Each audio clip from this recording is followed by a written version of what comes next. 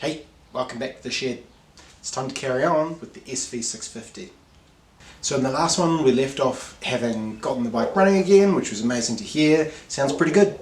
In this one we're going to crack on with sorting out the brakes and getting it stopping, because we can't ride it without being able to stop. So let's get into that. Okay, it's time to tackle brake pads. I don't know if the brakes themselves need any work. I think what we'll do is put the new pads on and just see how that goes. And if it feels like they need a bit of extra work, if the lever feels not great, then we'll deal with that. So the very first job, literally the very first job, was to try and remove this little retaining clip that I've really poorly framed up here. And if you know anything about these retaining clips, you could probably guess what's about to happen. I'm trying to get it with the pliers. I get a little bit frustrated. I think, oh, I'll just lever it out like this. And then... oh God, where did that go? Ah, that sucks. Okay. At this point I decided to save myself the indignity of crawling around to trying to find the clip. But I was still kind of hopeful that we would be able to use the seals and things as they were, which again turned out to be a bit of a pipe dream. So here are the calipers. There's a few things that I've noticed that need addressing. So the first thing is that the pistons, these guys, they're not recessing as far as they need to get the new pads on to go and also go over the rotor. So these, as much as I try, only want to push in that far, and they should go in, to sort of a few mil off the face there from what I've seen online. And then also like things like this shaft here, that badly needs cleaning up. So I think the best thing to do here is actually take the calipers off, try and get the pistons out. I'd really like to try and avoid needing to get new seals and things. So really the goal would be to get the pistons out and just give them a good clean and try and reuse the seals that are in there. I don't know whether that's a good thing to do or not, probably not, but it's like a bunch of extra money obviously for the seal kit and stuff, and so the goal being to sell it. It seems okay to me to just get these functional. So yes, let's whip both of the calipers off and go from there. Don't love the colour of that brake fluid, so obviously this was all going to need to be flushed out anyway.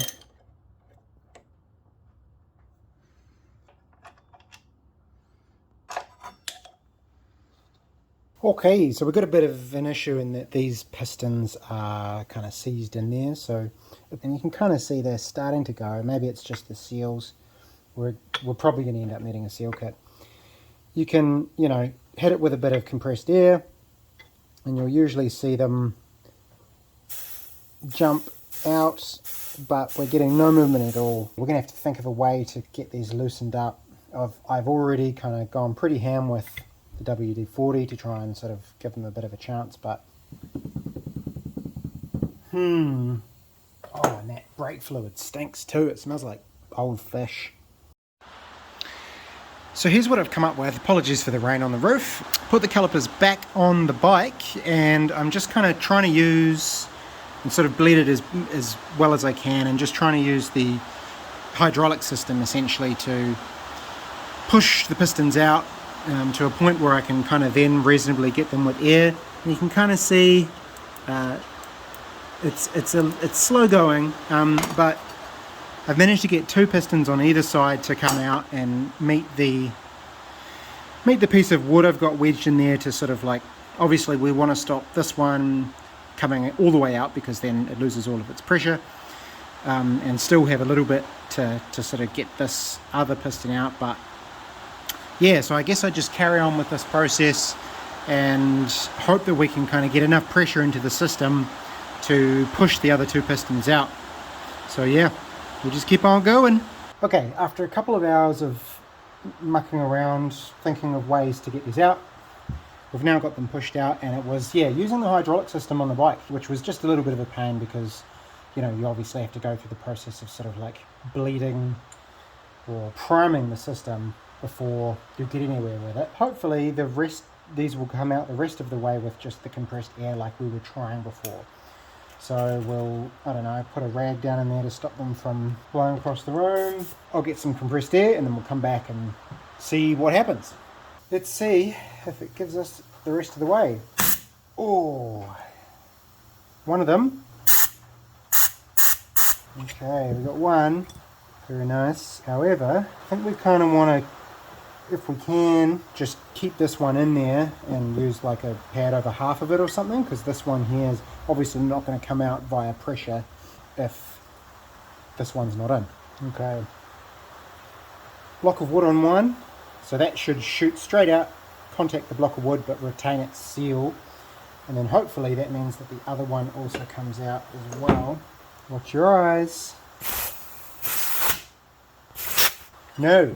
So that's hitting the wood, and I don't think this one here is really playing ball. So what I think we'll do is just get a bit of lube in there, kind of scrape the surface back. Sorry for the noise. Scrape the surface back here, just really tidy that up, and then push that back in a little ways to just kind of work it back and forth and hopefully sort of get enough lubricant on the seal that it wants to start moving again. We'll see. I'll work it a little bit more and come back to you. So yeah, this was a shitty time. I hate brakes. I feel like brakes being shit is going to be a recurring theme. But really all you can do here is persevere. Things like just getting lube in there, kind of compressing it back in, work it back and forth, just keep going, keep persevering, and eventually you'll get it. You can see in the background of this shot that they've got 2 pistons out, and so I knew that the process worked of just persevering, back and forth, a little bit of forward, a little bit back, and eventually you'll get it. Just keep going. Good. We got all 4 pistons out, which was a bit of a mish. And if we take a look at the pistons themselves, they're actually not too bad. Like a lot of this here is just grime. So I think with a bit of elbow grease, a lot of that is going to come up, and maybe these pistons might be alright. We're really just going to have to take it one by one and do our best to clean them up and make a judgment call. You can see, yeah, a lot of that old brake fluids just turned to gunk, but we did get them out. Yeah, look at this. Look at the inside of those. Just a lot of grossness, and those brakes were never going to be up to the task of stopping someone on a bike like this, so I am definitely glad we pulled those to bits.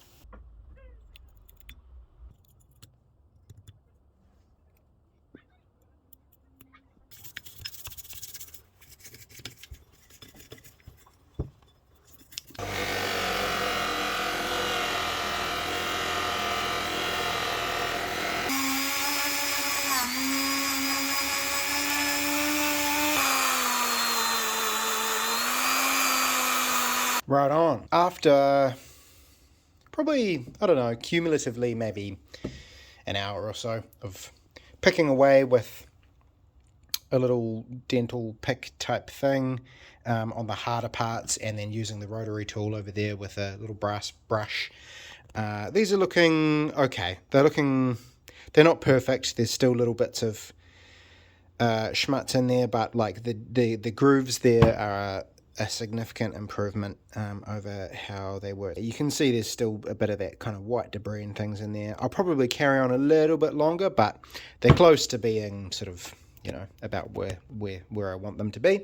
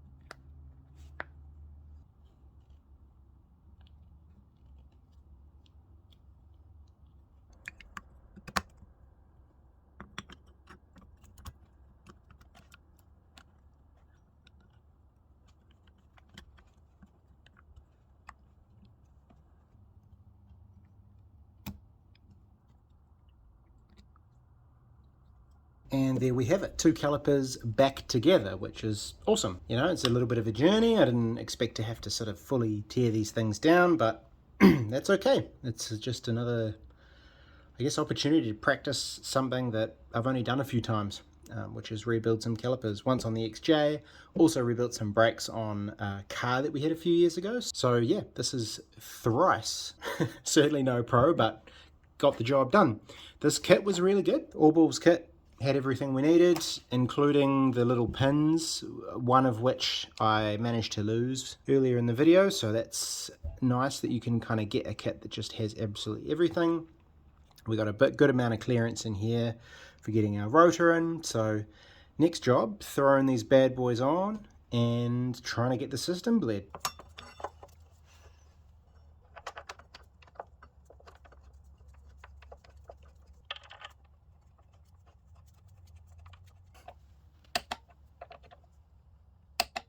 Sweet, so this process as I know it is we'll take the cap off the reservoir and we'll fill this up a decent amount, and then we'll we'll use this lever a little bit and just give it, you know, just really give it a little tickle, and that should in theory mean that over time we'll get fluid coming down through the reservoir, blah, blah, blah, blah, down, and we'll see it come through the hoses at the bottom. We want to do the caliper that's furthest from the reservoir first.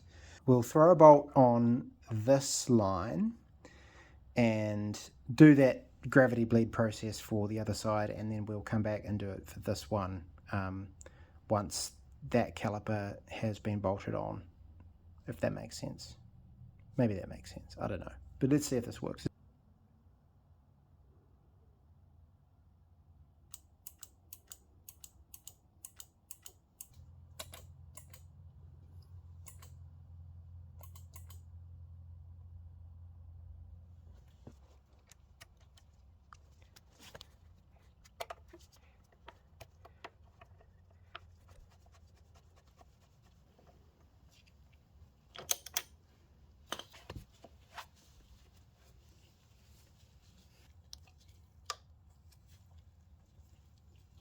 Okay, so after quite a bit of mucking around with with this, we've got front brakes, which is cool.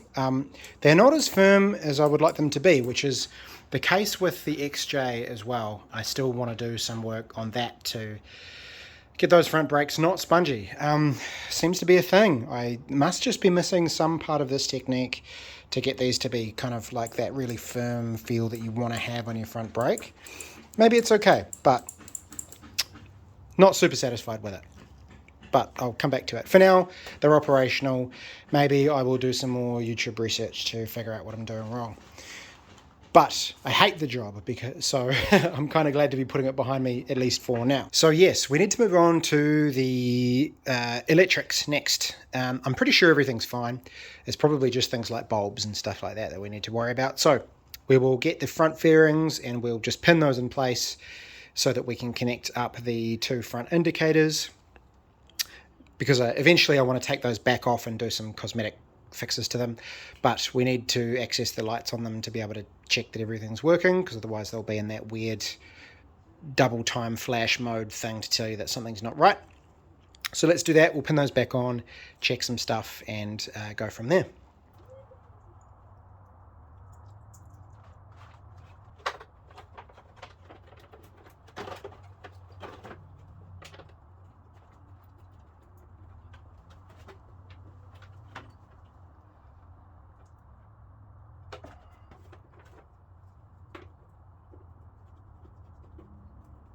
Okay, we've got no fuel, which is fine, because, you know, no fuel tank and that connector isn't connected up.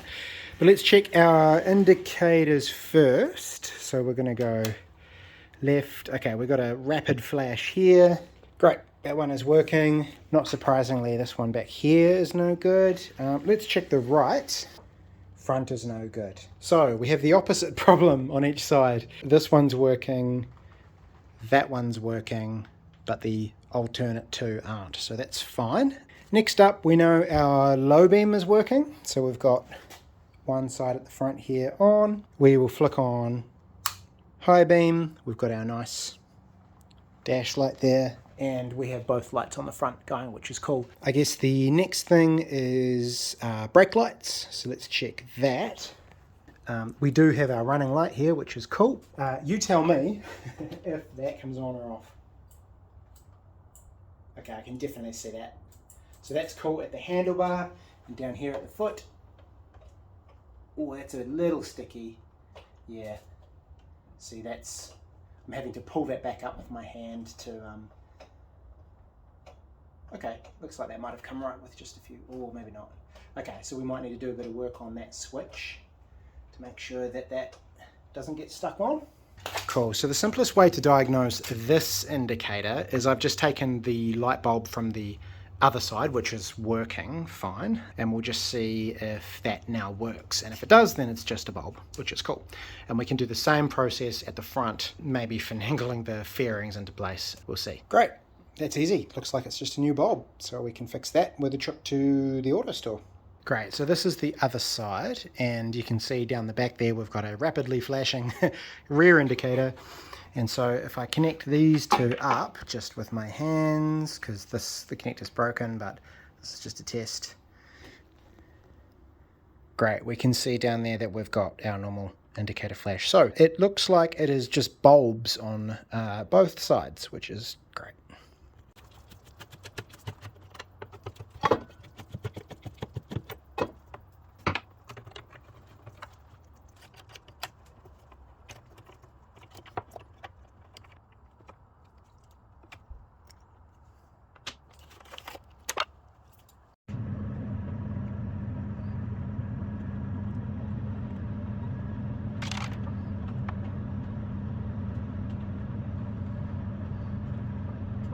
So because of the bulb situation and not being able to find a replacement at the local store, I'm going to move on to just buttoning up all the airbox and things. First job is to get this situated correctly, which is the boot for the top of the carbs. We've got a locating tab over here, which is nice to show us that, hey, that's kind of the orientation that we wanted in about there. And then you'll notice on here there's a little lip that I believe we need to get inside, so we need to kind of push it on enough that that lip is going to kind of create a seal here around the bottom of the airbox. So let's try wrestle that bad boy into place. So after spending quite a bit of time just wrestling with this thing, the solution I came up with here was to get like a little, I guess, pick or something that you can slide under the lip from the inside, and then kind of run it around to pull the rubber lip over the edge as you need to. You can see here I tried to kind of tap it down, and it just didn't really work. So the tip here is get inside with something that you can like kind of hook underneath the lip, run it around, and pull the boot over in that regard. Hopefully that makes sense. But yeah, I found that trying to just wrestle it on was a losing battle.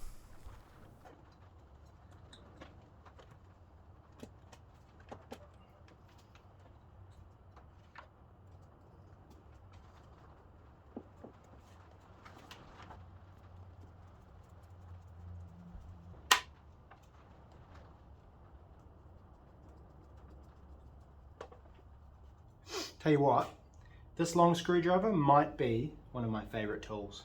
It's so handy for these sorts of things. So one thing I was worried about was these front brakes and getting the leather feel really nice and firm. And so there's this trick that gets talked about all the time online, which is essentially that you take a cable tie or whatever it is and wrap up the leather and leave it overnight, and it will like kind of help get rid of air bubbles and stuff. I've never had much luck with that on the XJ. It's just clothed there with a lot of my clothing as I take it, get warm and throw it onto it.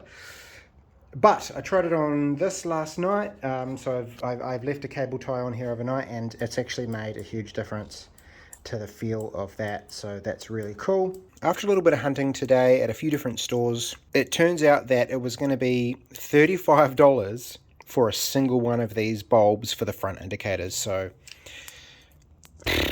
that's pretty wild. It seems like one of those things where, you know, those are going to get more and more expensive over time. So, not going to do that. because it was $40 for two LED front indicators, so I went with that. And of course, there's an issue with the LEDs. I actually thought that these had built-in resistors so that they would run on the original flasher relay, but that wasn't the case. So we ended up having to go out and find a solution to that. You either have to put inline resistors in there so that the flasher relay sees the same kind of resistance as a normal bulb, or you can get what I got, which was a LED flasher or a universal flasher that will work with both types. And the distinct thing is, this ended up being more expensive than if I just bought the bulbs in the first place. Go figure. Couldn't be in a more convenient spot. There we go. And now we have indicators that are behaving themselves, which is lovely. So off camera, I fixed up the rear indicators as well. We popped nice simple bulbs into those. Put the front end back together, including our lovely little rear view mirrors there.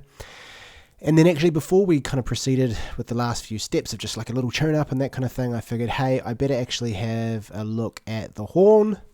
And then the result was this. Here is the simplest way I can think of to test it, right? So we've just got two little wires coming off here and to a known good battery. I'm just going to perch that right there, and then we'll just touch this to the negative side here and hopefully we get a noise. Oh, okay. Sorry, that's loud. I turned it down for you though, so at least give me that. That suggests to me that it's just a faulty connection on the bike, so we need to just kind of clean up some stuff. So after a bit of mucking around with that, I've thrown it back on the bike and we still have some funniness. However, what I have noticed is if we start things up,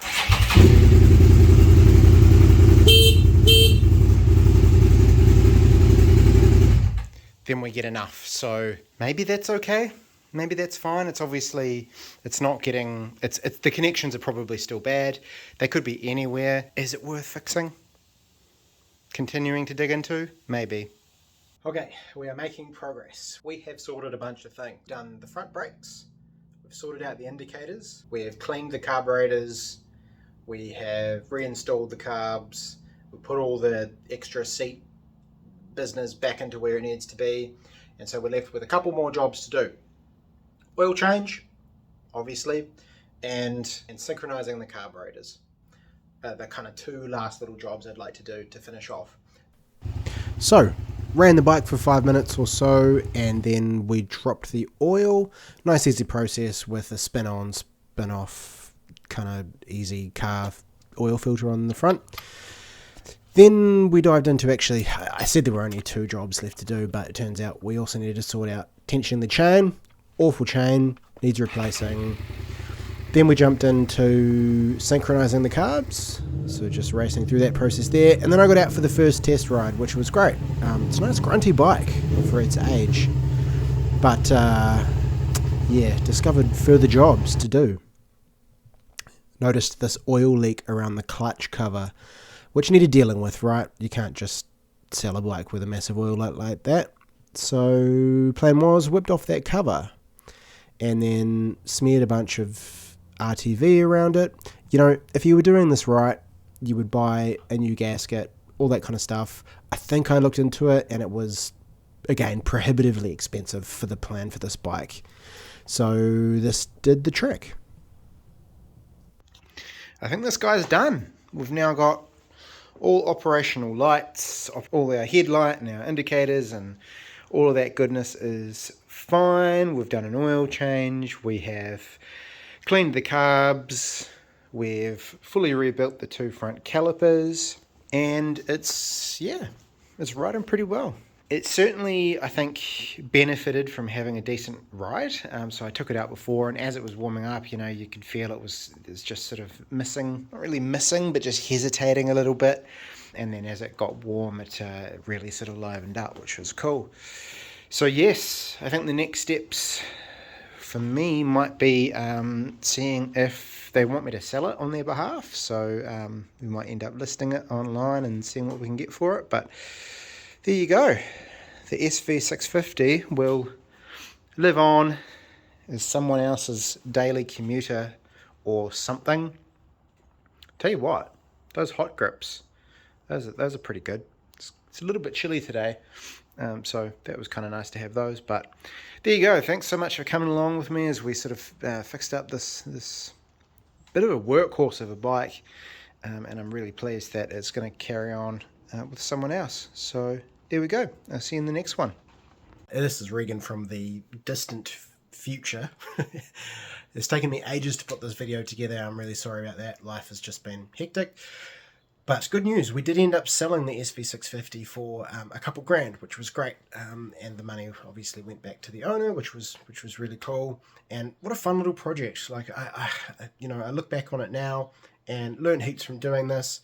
With those brakes, man, that was a mission, but it was cool to do that and sort of give that a little bit back to the owner. So and great that we managed to sell it as well. So again, thank you for sticking with me on this video, and I'll see you again soon with actually a really exciting next video on a new bike that has joined us in the garage.